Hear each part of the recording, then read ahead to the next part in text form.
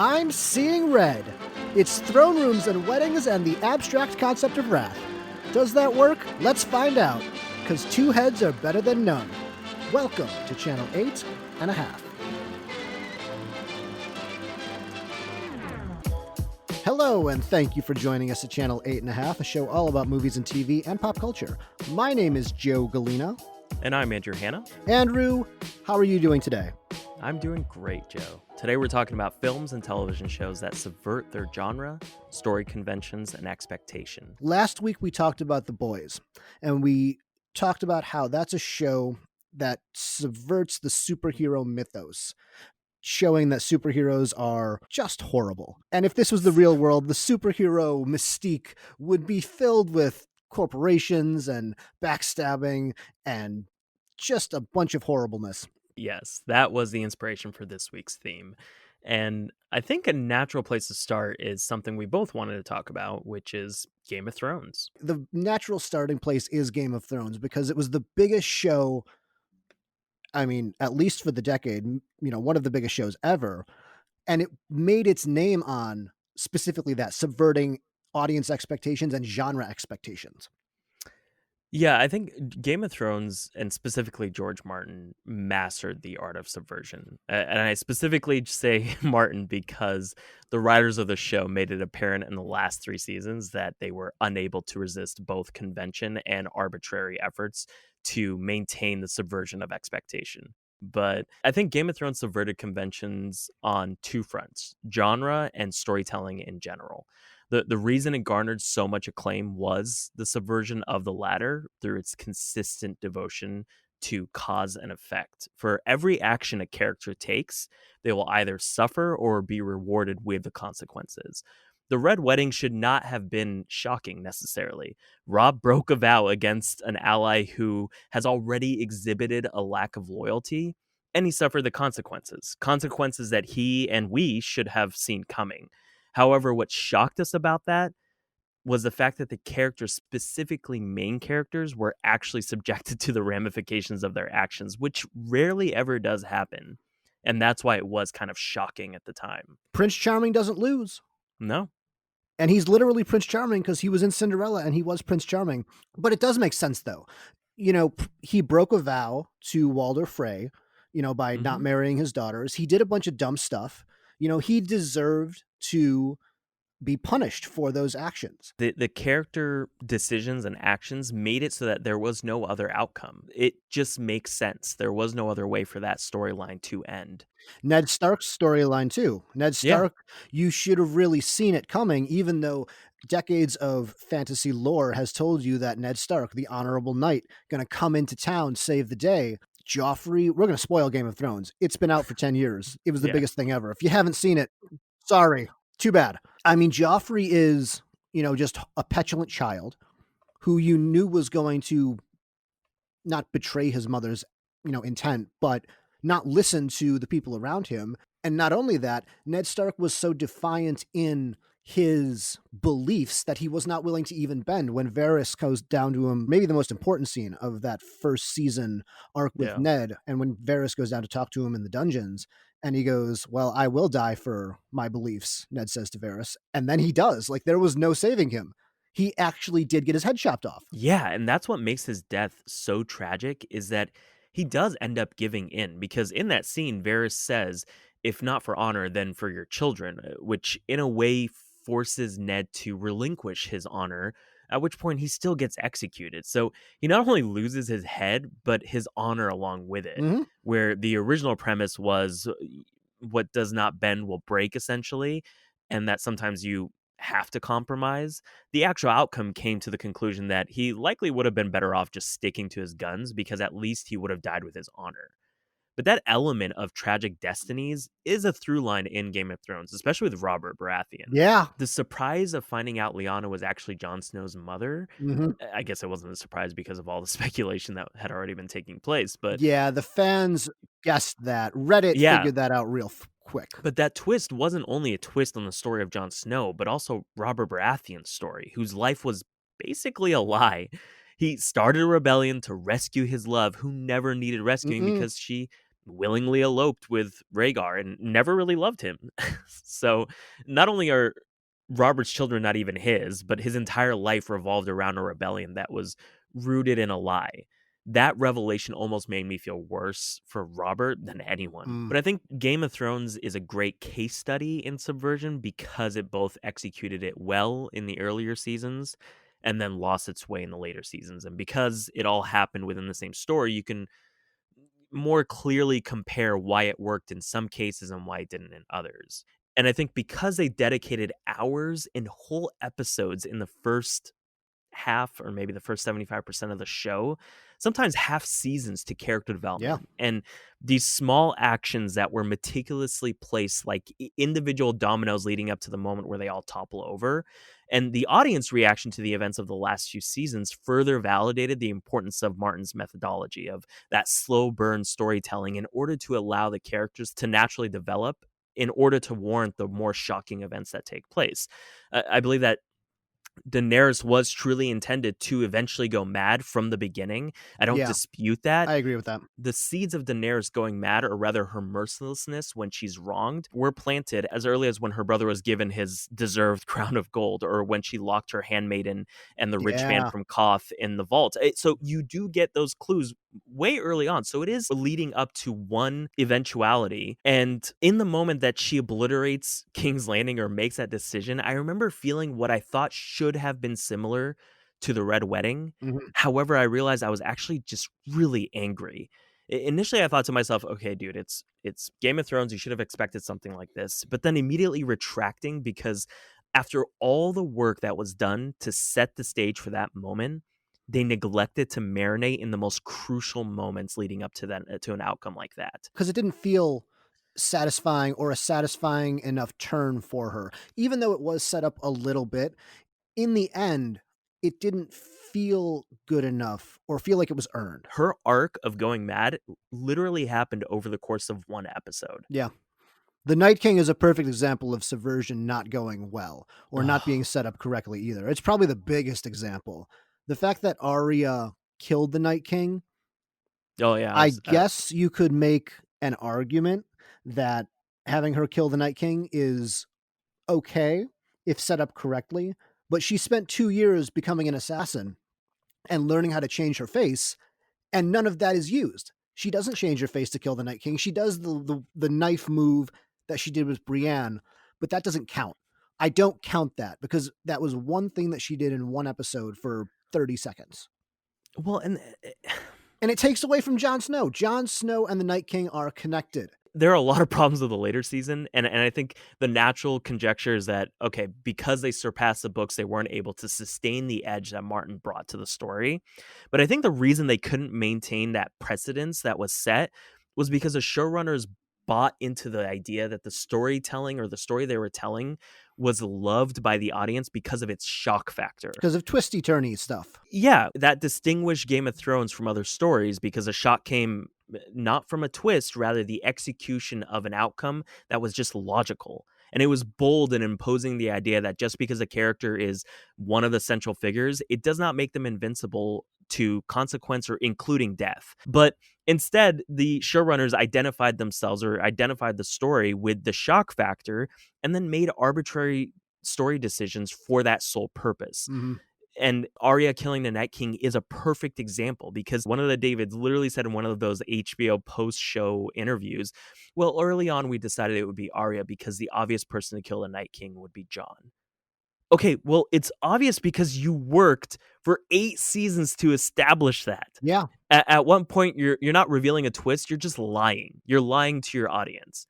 Well, and it's okay to have something happen that's been set up. You don't have to just go, "Oh, what a surprise." It would have been satisfying to see Jon Snow and the Night King face off. It's Yeah. been set up, it's been built up.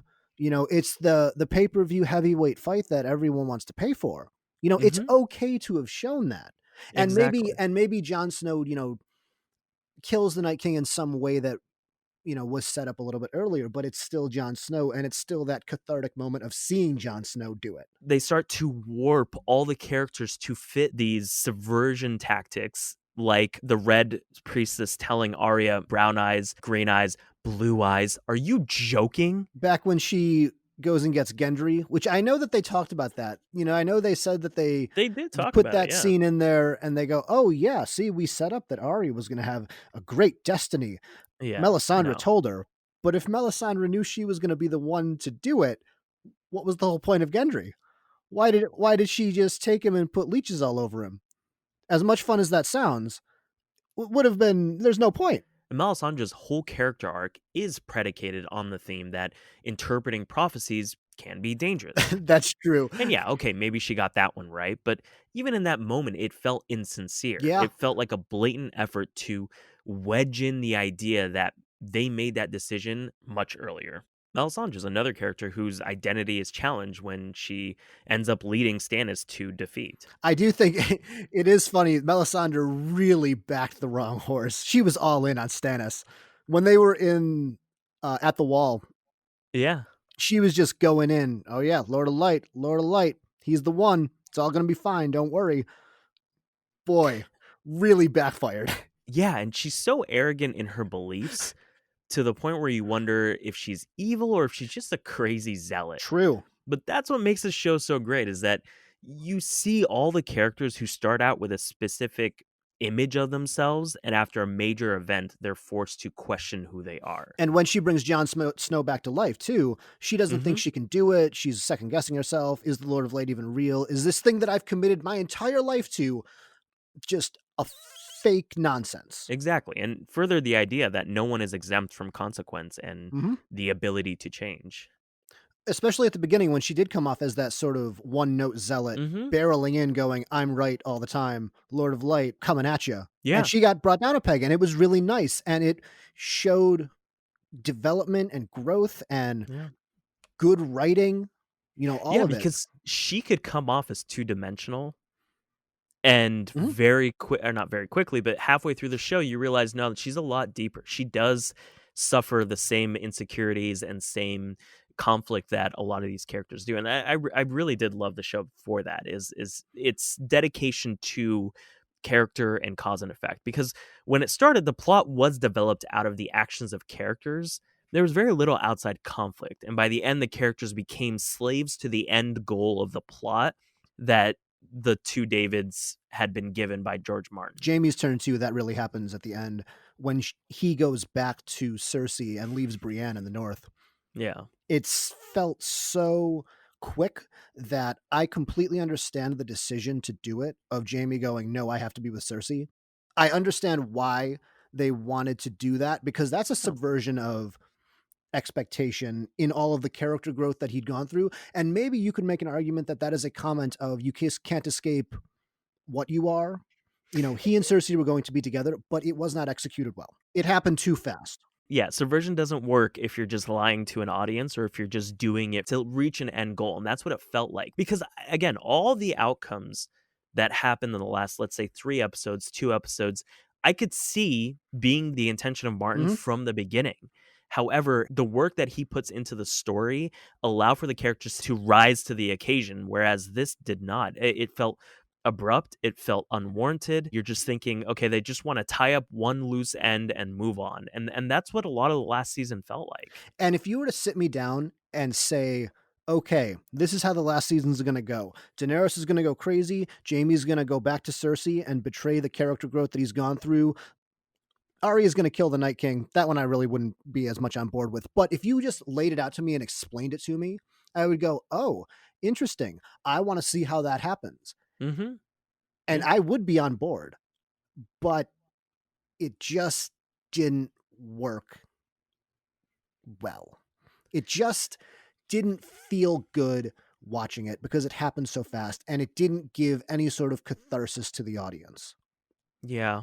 I'm okay with an outcome that I might not like the Red Wedding. I don't like that Rob Rob was killed. I Right, but don't you like that as understand well, it. but I understand it. It makes sense. I It don't built on top feel of the story that we'd just been seeing. Ned's death builds on top of Arya's Mhm. story. You know, it's not a coincidence that the main focus and the main point of view for that scene is mostly Arya Yeah.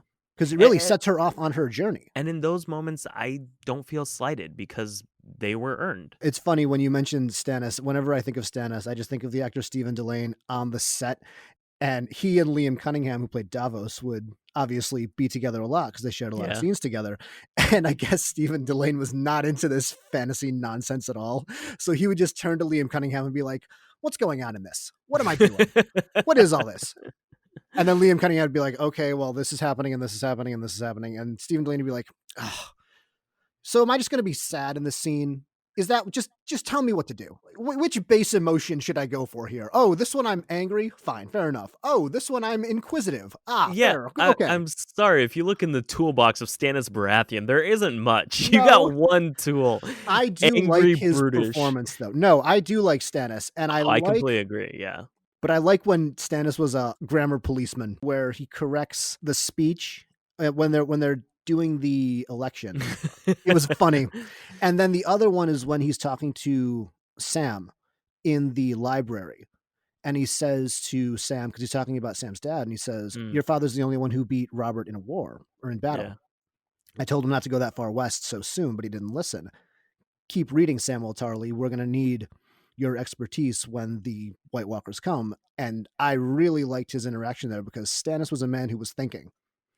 He Eh, was actually planning ahead. Like, he probably did deserve to win, kind of in the way that Tywin probably did deserve to win. He was one of the best rulers of the kingdom, but through his own shortcomings. And again, this is where the show does subvert what you would expect, gets killed on the toilet by a crossbow, which is really how we all want to go.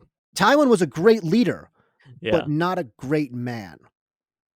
And that kind of person would usually win in these types of stories. And he was an intelligent tactician. I think because he didn't allow arrogance to cloud his judgment. Yeah. Despite being the most powerful person in the Seven Kingdoms, he still maintained a healthy balance of humility, which allowed him to recognize his own shortcomings or his army's weaknesses. When Robb begins to win, he doesn't write it off as him being a foolish kid or beginner's luck like the rest of his officers. He acknowledges that Robb's lack of experience affords him the ability to take risks because he isn't burdened by the fear and doubt that comes with experience. He has a keen understanding that to underestimate your opponent or to overestimate your own ability is to be blind to external threats. And in a way, his underestimation of Tyrion is what ended up getting him killed.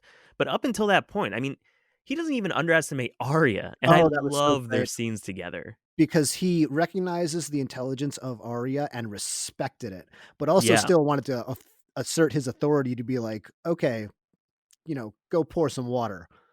I will tolerate you to a point, but now you're getting exactly. on my nerves. Yeah, he has those moments where he says, "Watch it, watch it, Exactly. girl." Careful. Yeah, and so she even almost starts to sort of like him. And Yeah. again, this story was very good about nuance. No one character was just one thing. The fact that Jamie comes off as such a prick in the first season, First second episode. season, first episode. I mean, the guy's terrible. Besides the incest factor, And the pushing a small child out of a window. that too. But But besides that, but even he is forced to grapple with who he is when he gets his sword hand cut off. He loses the one thing he identified himself with because he knew that at any point he could say whatever he wanted because his right hand, his sword hand, was going to protect him from any consequence. And as soon as you take away the thing that protects you from consequence, now he has to think twice about what he says, about what he does. He feels the vulnerability that all the people that he used to antagonize once felt. yeah. I love that Martin wasn't afraid to let bad things happen to his characters because that is the best catalyst to change. Good or bad, you will reap what you sow. And then couple that with the moment in the last season where he charges Daenerys, he's gonna kill her, and then the dragon pops into screen Yeah. and then breathes the fire, and then Bronn has to just jump out of nowhere and save him. That came so unexpected, and there were no consequences to that. That was a stupid Hmm. decision by Jamie. He should have been burned to a crisp. Yeah. But and really, let's be honest, even if Bronn did save him, they sink really far. He probably should have drowned. Nothing happens, there's no consequences. Exactly. And I think that's why the later seasons suffered, is because at that point it felt like it was restrained by the end goal. No stupid action on the characters' parts could derail the train because they needed the fastest route to reach the end point of the story. Well, it's interesting too because transitioning out of Game of Thrones, we'll talk about another one of the biggest things in the world. When we talk about things need to matter, Yeah. Are we going into Star Wars? we're going into Star Wars, Yeah. and we're going specifically into The Last Jedi. Oh lord. And I think now the term subverting expectations became a pejorative because of The Last Jedi. Subverting expectations used to be a good thing. It used to be something, okay, you keep the audience on their toes, you keep them guessing. Oh, I don't know, Joe. Where there was once archetypal white milk, we now have green milk. Exactly. But I think when you mentioned there needs to be value in the decision making of a story, and this is where the story of Star Wars was disjointed from the beginning. The fact that J.J. Abrams set something up and then they were going to bring on somebody completely new without even an overarching plot. Well, I'm they not did. surprised that this happened. So J.J. Abrams had actually written a draft of the second and third movie, and apparently Ryan Johnson just threw it in the trash. Nah. He basically threw it in the same way that Luke throws the lightsaber in the beginning of his movie. And that's the thing, though, is that audiences so desperately wanted Luke to embrace the lightsaber and just go back to the old Luke Skywalker that they knew, that the fact that he turned his back on the Jedi, he threw the lightsaber away. I feel like if there's a combination of things that happened, the three main questions that people came into The Last Jedi thinking. What's Luke going to do with the lightsaber? We're spoiling The Last Jedi too. We're spoiling it all. We're talking about the biggest things in the world. You've seen them. The Last Jedi spoiled itself. Yeah, especially with the Rise of Skywalker. And I'm And approaching this. honestly, by the end of the trilogy, nothing that in the second movie ever actually did matter. So It's a fair point. I'm approaching this from the perspective of Rise of Skywalker has not come out yet, so we don't know the ending. I'm just yes. talking about when it came out. Oh yeah, when it came out, I was just as disappointed as the rest of the world. But continue. I was not as disappointed as the rest of the world. I understood the decisions, even though it left me cold coming out of it. But the three main questions: what's Luke going to do with that lightsaber? Who are Rey's parents? Where did she come from? And who is she? Does she matter? And Yeah, her. who is Snoke? You know, Mhm. we people wanted a backstory on Snoke. And the fact that all three of those questions, the movie essentially said, don't matter, and kind of almost said, you're stupid for trying to decipher all this and for caring about those questions, is I think what left people so cold because you just can't set up questions and then go, hey, remember all those questions that we set up that are probably going to have answers? Yeah, none of that matters. If at least one of those things, and this was my theory, if at least one of those things had a little bit more weight given to it, and I think that the thing that could have saved the movie is if they'd given Snoke and Kylo Ren maybe two more scenes together, so that they just gave Snoke a little bit more to go on, and fans a little bit more answers, then I think that it would have softened the blow on the other two things. And I would have been fine with Snoke not being the main Sith of the trilogy. That's completely okay. But this movie was a series of setup after setup after setup that was only meant to be dismantled later in the film.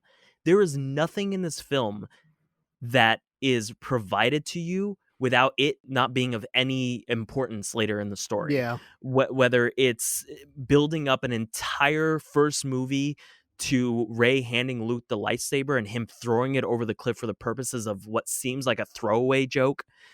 And Laura Dern seems incompetent, but no, she has a great plan. Rey has no important lineage. There's so many setups that end up getting thrown away to the point where I'm watching it and I'm thinking to myself, why am I watching this? What's the point? If everything you're going to tell me you're going to throw away later, why am I Yeah. even taking in anything? The first movie, okay, look, it seemed like a reboot more than it was a sequel. I'm okay with that. You want to capture the same essence. J.J. Abrams wanted to make a Star Wars film, and he did. Hmm. And that's completely And fine. it's called 2009's Star Trek. But it was so terrible that I almost feel like Ryan Johnson was hired by George Lucas To sabotage it. to create a shittier sequel so that George Lucas could just move on with his life from the prequels. I understand, though. This is the same thing I just said about Game of Thrones. If you sat me down in a room and said, this is what's going to happen, Ray is not going to be anybody. Luke is going to throw away the lightsaber because he's turned his back on the Jedi. And Snoke is going to be killed by Kylo Ren because Kylo Ren is going to ultimately become the villain of this trilogy. If you sat me down and said those 3 things to me, I would go, "Hey, that's great." Because the fact that Rey is nobody, I like the theme of that. Anybody can be a Jedi, anybody can be special. You don't need to be the daughter of Emperor Palpatine to be special. I like that. I like that Yeah. Kylo Ren steps into the villain role, and he's such a great actor, Adam Driver. He's doing Mhm. great work in these things. And I think in the 3rd movie, I the element of the 3rd movie that I like the most, even though it's very fast, is Adam Driver's performance and the redemption of Kylo Ren. I like that he would step into that in the 2nd movie being the bigger villain. I like that Luke, after 30 years, has turned his back on the Jedi and gone, maybe my life's work has been for nothing. Kind of like what we just talked about with Game of Thrones and Melisandre, right? Maybe the decisions I've made have ultimately been terrible, and he redeems himself by the end of the movie. All of those things, if you sat me down and said this is what it's going to be about, I'd be like, yes, this is great. Sign me up. And it kind of ultimately felt cold. You could have set up all that. As long as you can validate it, I'm okay. Take me where you wanna take me. Yeah. However, my biggest issue is that it didn't even leave you with a question for the next film. It destroyed every question that it proposed in the first Yeah. film, gave me no reason to go and see the third other than the fact that it's a Star Wars film, and I think they took that for granted. Obviously, people went and saw it, but they're like, "Oh, they're gonna go see it anyway." We can completely decimate the storyline Mhm. for the sake of subverting expectation, and that's what it felt like. And I like Ryan Johnson's work. I mean, from Brick to Looper, I like those 2 films, and I think he's a great director, but that's why this felt one, so out of character for him. I think he's a great filmmaker, and this just was Oh, you think it felt out of character? I think it felt perfectly in line with Ryan Johnson, the director, but not perfectly in line with Star Wars, the franchise. no, because I think Ryan Johnson, the director, makes good decisions, and none of these decisions, in my opinion, were good. See, that's where we differ because I understand the decisions, even though I didn't like watching them, but I get why they were made. And maybe I'm just in the tank for Ryan Johnson. I can't understand the decisions that he made if he gave me no reason to understand. You can understand any outcome if you're given the correct setup for it. The fact that Finn and Rose go on this whole journey to go find a code breaker only to have it dismantled by the time they get onto the Death Star or whatever it is. Again, it's just setup after setup. It felt there was nothing. There was nothing of substance that I could even hold on to. Ooh, okay. So this is a thing that I did like. Benicio del Toro plays the code breaker in an interesting decision to be a stutterer. No, neither here nor there. But the fact that he goes on the ship and says, "Oh, the ship we stole is a weapons dealer or an arms dealer." Okay, they've sold weapons to TIE fighters, to the Empire. Oh, they've also sold weapons to the good guys. Well, they've sold weapons to both. Is this guy a good guy or a bad guy? When he betrays them in the end, Finn goes, "You're going to get your comeuppance," and he goes, "Yeah, maybe," and then walks away. I liked the grayness of that moment in that character. Yeah, in a world of light and dark, the light side or the dark side, I appreciate. I like in a vacuum the decisions that Ryan Johnson made. I understand why he did what he did. I understand it, even if it did leave me feeling cold by the end and a little unsatisfied. Stylistically, I enjoyed the film. I love the image of the giant rebel ship hyperspacing Crashing through. through it. Yeah, like, that was so striking, and it was Great so visual. cool to see. It was a great visual. The battle on the salt flat planet with the white top and then the Yes. red, those were beautiful images that I really did like. The throne But room scene that everyone talks about, which is a great scene. it's an okay scene. Oh, I loved it. I have I one love thing I love about that. sword fighting. I love sword fighting, so it had me. But it's not even good sword Yeah, fighting. yeah, I know. I know it's not a Yeah. great choreographed fight, but I'm just saying I liked it.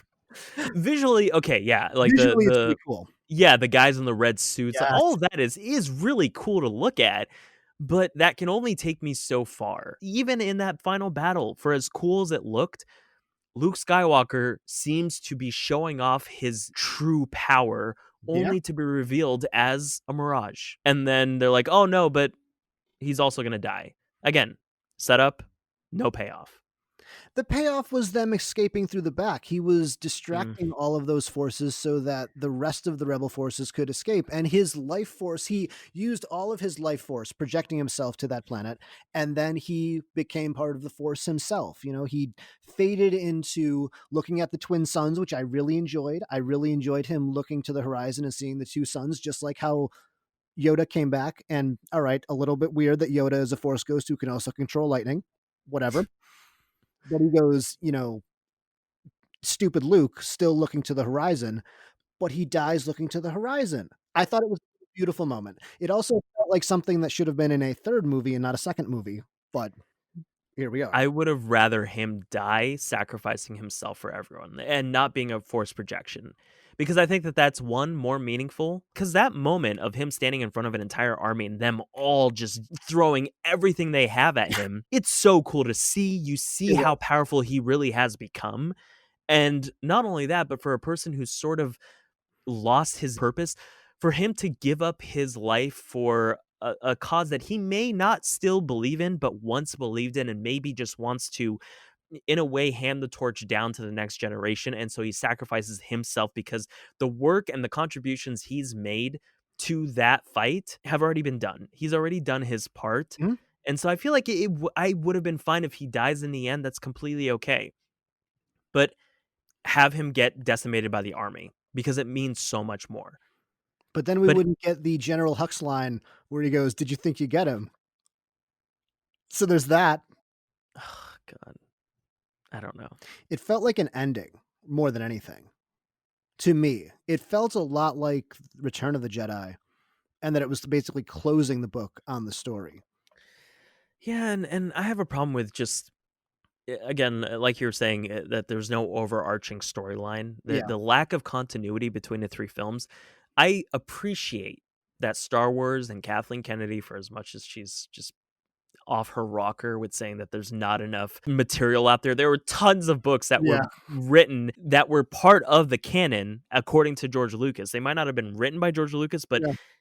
given the seal of approval. But I appreciate their efforts to get these artsy directors who usually live in the space of art house and indie films to direct these films. I'm And then okay with that. immediately fire them. Exactly. And they Well, are Colin Trevorrow, slowly I would not call Colin Trevorrow exactly an artsy indie director. it just felt very disjointed. Yeah, I didn't feel satisfied by it by the end of the three movies. The prequels, for as terrible as they might be at times, they I took swings, actually man. think they took swings. They added to the story in a way that I appreciated. Seeing the arc of Anakin Skywalker becoming Darth Vader, I like that. And to see the Jedi Order completely get dismantled, I mean, all of that is very cool. Whereas In this just theory, felt like it watching it's was a little this. boring apparently. I actually rewatched them recently. They're not as bad as I remember them being. And maybe it's because of the context in which I was watching them after Probably. seeing the new movies. I was like, "Yeah, okay, I'll take this." But Let's there talk was about trade disputes. yeah, there were Star Wars video games that I thought had better stories. You played the last Star Wars video game, didn't you? Yeah, You told me to play it, and I did not buy it because I didn't have the space on my PlayStation, and I didn't wanna get rid of some stuff. yeah, you really should check it out. I think you'd like it a lot. The game we're talking about is Star Wars Fallen Order, and I believe it's actually available on all platforms. So if you want to check it out, it's a phenomenal game. I really enjoyed it. The premise is that a former Padawan, Cal, who you're playing as, has to go into hiding after Order 66 is carried out, and basically just works in an Imperial shipyard and hides his Jedi Force powers from everyone around him because if he was discovered, he would be hunted and then executed. And the inciting incident is when his best friend that he works with falls off of one of the ships they're working on. And just before plummeting to his death, Cal intervenes and catches him with the Force and suspends him just a few feet off the ground for just a few seconds, thus saving his life. But the Sith senses the use of the Force in the shipyard and they go looking for him, forcing him to go on the run. And it was just so good. It captured the mood I want to see in a Star Wars story, and it was emotionally captivating. Even gameplay wise, you can customize lightsabers, the different moves, and the use of the Force are really cool. It was just an all around fun experience and gorgeous. That's exactly what I read about that game too, and I really do wanna play it because I was told it's got the feel of Tomb Raider and the feel of Uncharted, and if you wanna talk about not subverting expectations. You know what I love about the Uncharted video games? It promises me treasure hunting and action adventure, and it gives me both of those things, and it does exactly what it promises. It does not subvert your expectations. It it gives you what it says it's gonna give you, and it does it really, really well. Just because something subverts expectations doesn't mean it's good. You can just do something really well and be perfectly satisfied with that. Just like when I played Uncharted 2, I went, "This is amazing." It was incredible when I played it, and then Uncharted 4, which I is the haven't played one it. I really wanna play them. it's your Indiana Jones, it's your National Treasure type treasure hunting adventure. Yeah, that's definitely my type of film Exactly. or game. All of it, right? And the Yeah. tone is incredible. It doesn't do anything, you know, subvertive or, earth-shattering with the story. It's a treasure hunting story, and it's really, really good, and it's fun. Well, I think there's something to be said for the films that go back to basics after the genre has been reinvented so many times. Yeah. It's almost nostalgic at that point to see an updated version of that story. But I don't feel like to subvert a genre well, you necessarily need to completely dismantle it. Mm, Sometimes you're in a mood for a specific movie, and maintaining the fundamental elements of a genre is, if anything, important because subversion isn't unexpected unless you have a familiar premise. But yeah. where you can divert is the way it plays out. Ultimately, to do it well, you just need to avoid Well, cliches. Star Wars tried to do that though with the other Star Wars stories. Solo was telling the story of Han Solo, and it was supposed to be a heist movie, and Rogue One did it. It was supposed to be a war movie. And so Yeah, they and tried to do those different stories within Star Wars that are different genres. and I think Rogue One, and I actually wanted to talk about Rogue One because in my opinion, it is the best film to come out since Disney took over the Star Wars universe, That's a in my bold opinion. statement. You Think now about must it. explain yourself, sir. Okay, so the trilogy, do you think they're better than Rogue One? Do I? I think that the answer is I like Rogue One and I like The Force Awakens about the same. I thought Solo was fun. I didn't love it. Yeah, Solo was fun. I wasn't it wasn't great. I think The Mandalorian is better than all of them, but I don't think that counts No, because Mandalore doesn't we're count. just talking about movies. Just talking about movies. I think The Force Awakens is I enjoyed it more than Rogue One as a whole, but Mm. Rogue One has by the way, I'm not answering your question. I'm completely avoiding it because I don't know the answer. But Which is okay, that's completely fine. I Rogue One, no, to seriously answer your question, I think Force Awakens is better than Rogue One, but Rogue One, because it did have a little bit of a left turn and that these characters were different, I did enjoy it more. But I did have more fun with The Force Awakens, and I liked the energy of that more. However, Rogue One has the best scene of any Star Wars movie ever made when Darth Vader massacres that hallway. It was incredible. I love that scene. I wanna which see was literally a reshoot because they're like, "There's not enough Star Wars stuff." Yeah, but that's the thing is that Yeah. last act had to be reshot, all of it. Rogue One should not have been as good as it was. It Oh, was no, there apparently a was so very many production issues. exactly. They didn't even start production with a script. No. Yeah. It's a miracle that movie's even as good as it is. Believe it or not, Rogue One is probably my favorite, and I know this is gonna be Yeah, let the people yell at you, Andrew. I know they're Say gonna it. yell at me. They're gonna be angry, but Rogue One is probably one of my favorite Star Wars films, if not my favorite. Blasphemy. I know. I know. And that's a personal thing. I'm not saying it's the best. Our listeners can unclench their fists, but it's my favorite because it maintained the campy, fun feeling of the originals, but was also dark in a way that I think the prequels tried to do, but instead made it feel more melodramatic, if anything. Mhm. And more than that, it surprised me, especially coming from Disney when all the characters basically die in the end. They had to die at the end, though, because they're getting the Death Star plans. It's strange because you knew the ending going in. You know Mhm. when this time period is set, and so you still were okay with the entire movie, even though you knew the ending. Yeah, and it's also the first time that we're presented with a character that is apathetic to the rebel cause. True. Yeah, a Jyn main Erso character, Jyn because Erso is basically apathetic to it. yeah, you had Han Solo, but never a main character. And although Jin was not the most compelling character, I think the supporting characters, sort of the ragtag team, were so much fun. The Jedi monk and his partner, the droid was hilarious. The defected pilot was great. Even Cassin, played by Diego Luna, who, by the way, is getting a spin-off show on Disney Plus, which I didn't know until Yeah. recently. But he was interesting because, going back to what you're saying about Benicio del Toro and sort of his gray area character, Cassin is willing to do anything necessary for the resistance. I mean, he is introduced to us in an alley where he basically kills an informant. And I think the reason I love this so much is because it balanced dark story elements while also being extremely funny. Much funnier than the sequels, in my opinion. But it's also the type of story that I personally like. I always enjoy hearing little known war stories that are about like these small actions of a small group of people that lead to these big shifts in a war. Or if they fail, could have led to a big shift in a war, kind of like Valkyrie, Mhm. the assassination attempt on Hitler. Like that was interesting to hear about when I was younger. But I also love that the entire story is based on a plot hole from the original Star Wars. Yeah. I mean, that the Death Star could be completely demolished because of one weak spot in the entire giant ship. Have you heard of Tag and Bink Were Here? No.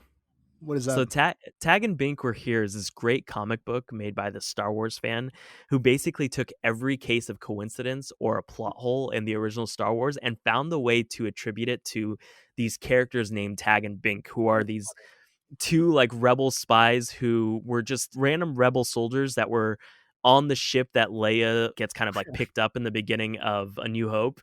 And they end up stowing away on the ship, killing these two stormtroopers and then stealing their uniforms. And so they constantly show up in these different parts. Like, when the two stormtroopers are standing guard and they turn away from Obi-Wan Kenobi pulling all those levers and stuff, Yeah. that was Tag and Bink. They're these little side characters that end up contributing to the greater big story. It's kind of like Rosencrantz and Guildenstern Are Dead. Have you I was seen just that? about to say that, yeah. Yeah, it's very similar to that. That's what Rogue One reminded me of. It's basically an entire film's premise is based on this one plot hole, and they found a way to fill it in the most perfect way possible.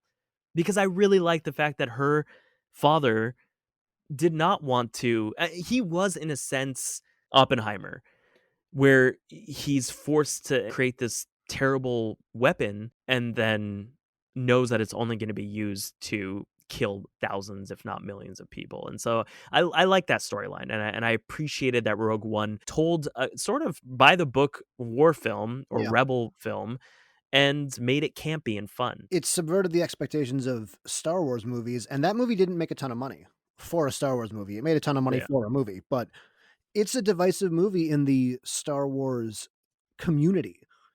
I mean, Really? yeah, it is. I know a lot of Hmm. people who don't like Rogue One at all, Really? despite seeing Darth Vader just destroy dudes, which really that's all I was there for. Ben Mendelsohn, And your guy. Mendelsohn was so good. Oh, I love Again, Mendelsohn. he Him and plays a middle management. his beautiful white capes that just flow in the wind. I don't know.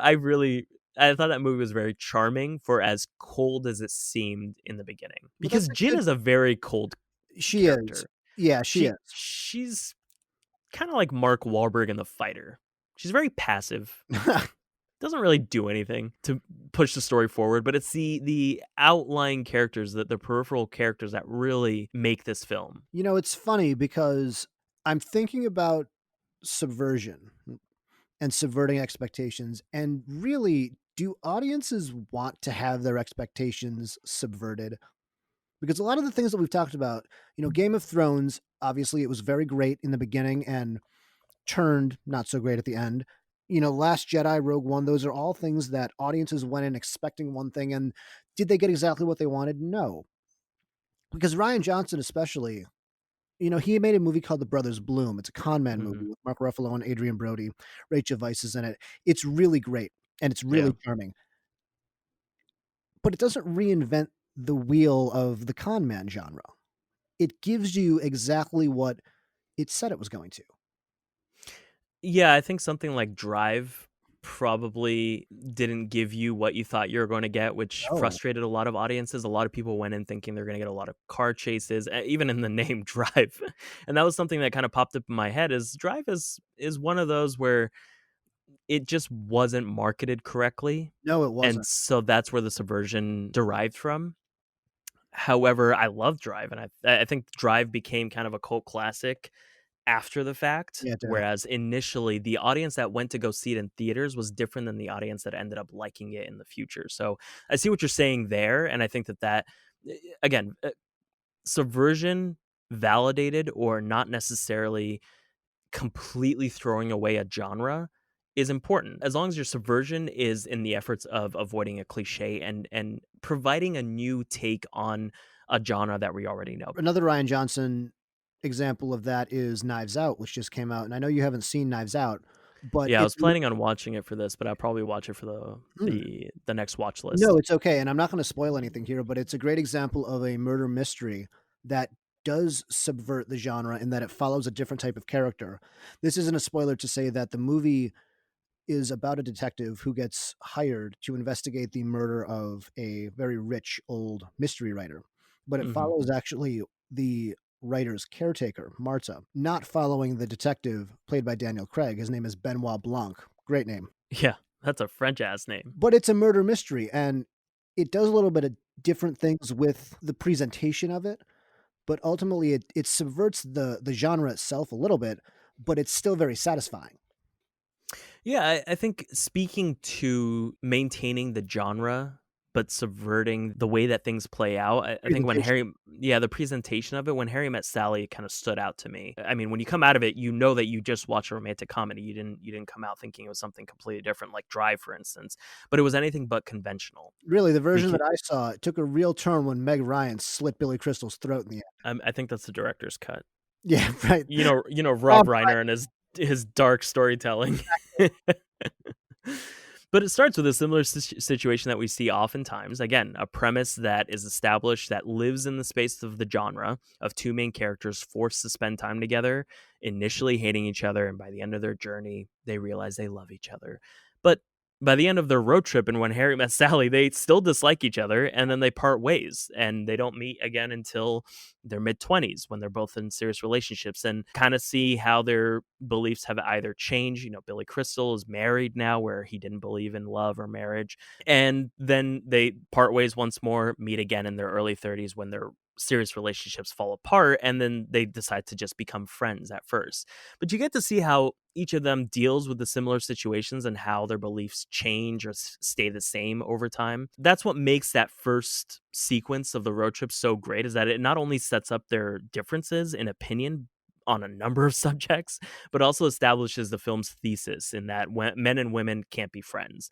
And the primary conflict is very much character driven in the same way that Game of Thrones was, just in a different genre, where there's no outside source of conflict like a war or Nicholas Sparks' obsession with cancer. No, that's the really interesting thing about When Harry Met Sally is that the only thing keeping Harry and Sally apart is Harry and Sally. I think Yeah, it's somebody said them. that. I think it was Rob Reiner who maybe said that or Billy Hmm. Crystal. But somebody did say that about the movie in that, yeah, they should be together, but they just choose not to be the whole time. Even the setup of the thesis ending with the, I guess, the message in a sense. I don't think that it was that on the nose to be like, here's the message of the film, Yeah. but its outcome or its answer to that thesis is men and women can be friends. And oftentimes it's the best foundation for a relationship. And I like that. It was sweet. It was interesting. It was different than any romantic comedy that we had seen at that time. But even the dialogue is very similar to how Tarantino writes dialogue.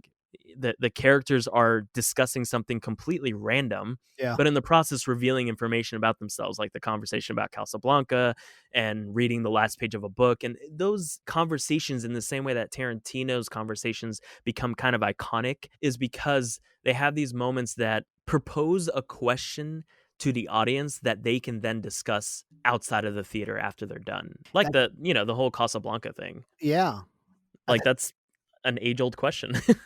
It's so funny that you say that because the first thing I thought of was the movie No Country for Old Men. The obvious transition Very from similar films. Yeah. Harry Met Sally to No Country for Old Men, but it does the same thing. Not in terms of plot, obviously, because No Country for Old Men is a violent tour of Texas, Yeah.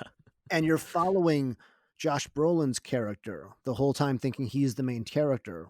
Llewellyn Moss. When I he's love that when name. he's not, it ends Yeah. up being Tommy Lee Jones's character, but the reason why I thought of it was it really leaves you thinking about a question at the end and Tommy Lee Jones going, you know, "Am I too old for this world? Has the world passed me by?" Yeah. The final line being, "And then I woke up from this dream he's having." It leaves the audience with a final thought and a final question that maybe even the movie doesn't answer. I Yeah. think when Harry Met Sally, does it answer Answers the it? question, yeah. No, Mhm. but also it leaves, you leaving the theater It leaves going room for conversation at least. exactly, Yeah. in the same way that No Country for Old Men definitely does.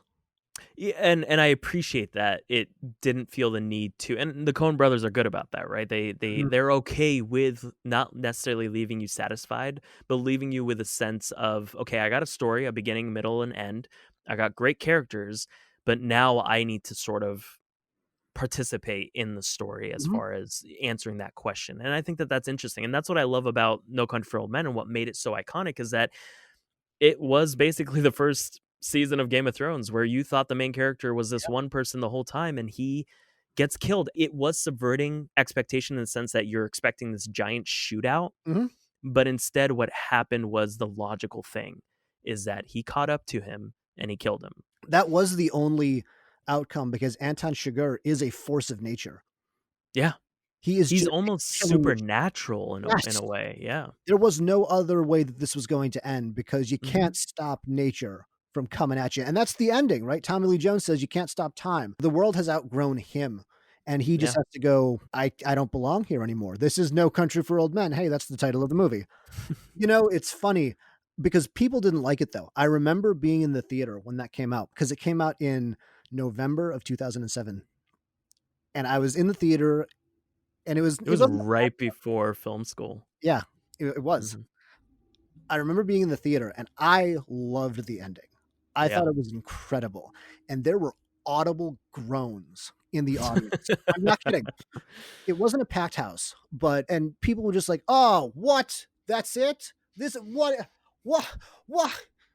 And as I'm walking out, I'm listening to people go, "That was terrible." Like, they just leave it like that, and I was floored because I thought, "How could anybody not think this was amazing?" And I think that that kind of plays into your question is, Do audiences want do audiences want Yeah, to be subverted? Because they really did set up a crime thriller three to quarters of the movie yeah, is meant to end with a giant standoff between probably the 3. I mean, it seemed like it was gonna end with a Mexican standoff, right. which would make sense given the location and kind of the themes, but I think that studios have it's not even studios, honestly. How do you market something like that to the right audience that is going to like it? You Exactly. can't without giving away the ending, You can right? only So, do it as a crime drama, and then 100 years of crime dramas have taught us that, all right, well, Llewellyn Moss is the guy who found this failed drug, exchange. He's on the run. He's being chased by Anton Chigurh. He's the main character. He's probably gonna find some way out of this. No, but you can't say that. And so I think that the people who just want that yeah. as, almost like an NCIS procedural comfort food are going to be left cold from that.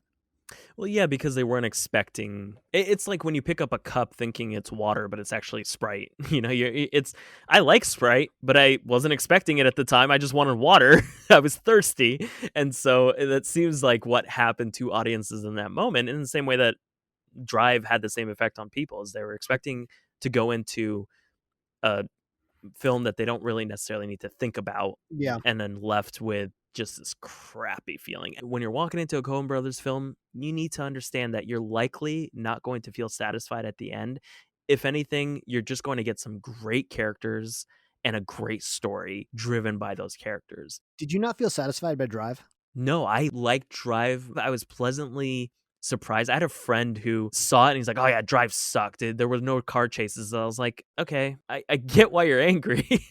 But I think I go into films with more of an open mind than maybe the general audience. I think you and I both. Yeah, We want it to surprise us. And so when it does, yeah. I'm okay with it, even if I might not like the outcome. I felt completely satisfied by Drive too. I loved the way it ended. I mean, the Oh fact that yeah. he left Carey Mulligan, but he left the money.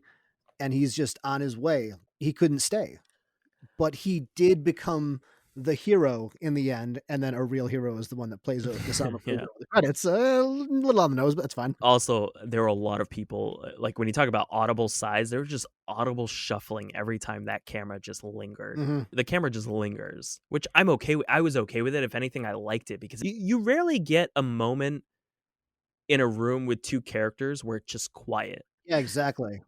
Because it Uh, doesn't cut away. It no, no. stays the whole time, especially on that moment in the elevator when the last time Oh, I love that he scene, yeah. sees Carey Mulligan. Exactly. Oh, Mhm. it's such a beautiful scene in the score and the way that the lighting changes Yeah. mid-scene, and it's so quiet and serene and peaceful with them 2, and then it just on a dime changes to Mhm. just ultra brutality. Yeah, it's like the quiet before the storm. Speaking of No Country for Old Men and old men feeling as though they're not necessarily fit to fight the battles of this world, Seven was probably one of the first films that popped in my head because of the obvious ending to introduce the antagonist just before the third act of the film, which is very similar to No Country for Old Men in the sense that the third act usually revolves around capturing or killing the antagonist, but Mhm. they introduced Kevin Spacey right before the third act. They've withheld this entire time, and he willingly turns himself in, especially in the context of the film. Only 5 of the 7 sins have been manifested in murder. So you're left thinking, okay, well, where do we go from here? We got 2 Even left. yeah, even Fincher in a Q&A at BAFTA was saying that while he was reading the script for the first time, he remembered feeling how many pages were left in the script, and he's like, "Wait, you can't do this. That's against the rules," which attracted him to the project in the first place. Granted, the studio initially had no intention of making that ending because he had just been sent an earlier draft. But I think the film also further subverts the genre by using the very archetypes that live in that space against itself, demonstrated primarily in the eagerness and emotional drive of Brad Pitt's character, the young cop in a typical Mhm. buddy cop duo, to commit the final sin of wrath in reaction to Doe's sin of envy by decapitating his wife. Spoiler alert if you haven't seen it by now. What's in the Yeah, box? Gwyneth Paltrow's dead head. That's Yeah, what's in the box. That's what's always in the box, really. exactly. Every time I open an Amazon box, I'm like, is it gonna be Gwyneth Paltrow's Gwyneth dead Paltrow's head. head? Oh, they just sent me socks again. I wonder if Oh, that's how she another sends box of Tic Tacs. I wonder if that's how she sends her, like, Goop products. Yeah, right. It's like a cream, but she puts it in, like, a In her mouth, decapitated head. Yeah, in her mouth. gonna bonk her on the top of the head to get it. But few cop mystery dramas end with a detective winding up in jail for murder. And, Yeah. I mean, when you think about it, and furthermore, the story convention of the old detective ready to retire, if not for that one last job, doesn't end with the retirement of Morgan Freeman or even his death as you might expect in a situation like that. It's always that last job that is the end of you. If anything, it ends with him feeling as though he needs to continue to contribute to the balance of light and dark in the world and just stays in the job. I think Seven had both a disheartening ending but is also so masochistically satisfying because of the crescendo whereby all 7 sins were fulfilled and essentially tying up the knot in one scene. Where just 5 minutes ago, you're thinking to yourself, you're probably not going to receive what you were promised, which was basically all 7 sins. And it just ends just so satisfyingly. And that's the key to it, right? It was satisfying. Yeah. You didn't go into it knowing that John Doe would frame Brad Pitt for murder. Well, Brad Pitt murders his character. Yeah, Um, kind of forced his hand in a yeah, sense. forced his hand, but everything leading up to it was so meticulously planned by John Doe that you understood this is the natural conclusion in the same way Exactly. that Anton Chigurh was that force of nature. John Doe is the force of nature in Seven. Yeah. That it made sense, and it did feel cathartic in a weird, messed up way. Yeah, yeah. Where by the end of it, I was like, I'm so happy with that ending. If anything, it was satisfying for John Doe more than it was for John Doe won. he got the satisfying ending where you're usually waiting for his comeuppance, which in a world where killing him would be considered his comeuppance. And it's an interesting rock and a hard place that Brad Pitt has placed is he wants to avenge his wife, but in doing so, he'd be doing exactly what John Doe wanted. Mhm. And so what do you do? And so he ends up just his emotion taking over and him carrying out the final sin. And I thought that film was just so great. But I think the conclusion that we've arrived at is basically you can subvert expectation as long as the actions leading up to it validate that shocking outcome. I think in most of the situations in which we've mentioned a subversion of expectation or genre or convention, a lot of times it was a logical ending and not necessarily the storyteller lying to you. So basically, the conclusion we came to is don't tell me nothing matters, like in The Last Jedi. And you know what? I might be a little bit more happy. Exactly. Don't lie to me, which is kind of something to live by. Or at least if you're going to lie, make sure you really pivot into those lies. Really Yeah. commit to the bit like Melisandre. Yeah, lean into it. But that does it for our episode on subversion. What are some of your favorite films that subverted your expectations or pleasantly surprised you? Did you agree or disagree with anything we discussed? Let us know on YouTube, Instagram, or Twitter. You can find all those links on channel8.5.com. That's channel8.5, completely spelled out.com. If you enjoyed this episode, please consider liking and sharing with family and friends. We have new episodes every Thursday. Until next time, my name is Joe Galino. And I'm Andrew Hanna, and this is Channel 8.5.